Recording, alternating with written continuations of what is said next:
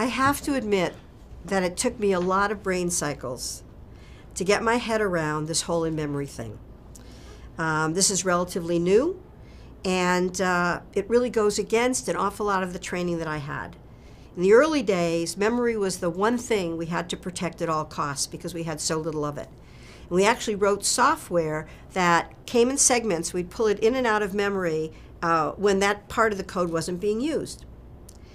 But now that I get it, it becomes so obvious why you would want to do this.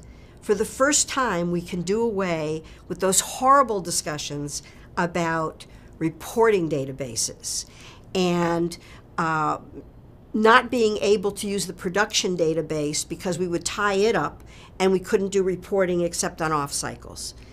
Our ability today to take advantage of the speed of in-memory is an enormous breakthrough. But like so many, it's not one you can retrofit. You really have to start over and think about how would I build an application if I knew I had that speed.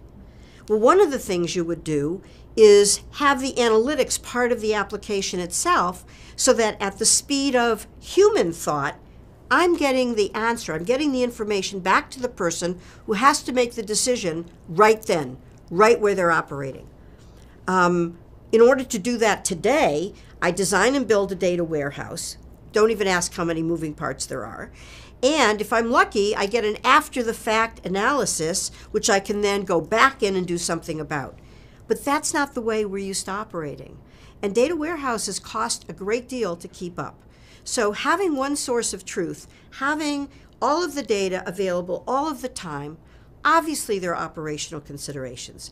Obviously there's got to be a little magic going on to make this work. But it's just so it's just such a leap forward in our ability to be able to not just operate at speed, but operate at a level of insight that we've never been able to do before. And this is key. We're asking managers and employees for the first time to operate very independently, not just that they're on the move and mobile. We don't have enough top-notch HR people to go around. And so we're asking them to make decisions that affect the company. And if we don't pump to them, point of sale, right when they need it, the information, the guidance, the insight, they're going to make bad decisions. Making bad hire decisions faster is definitely not the way to go.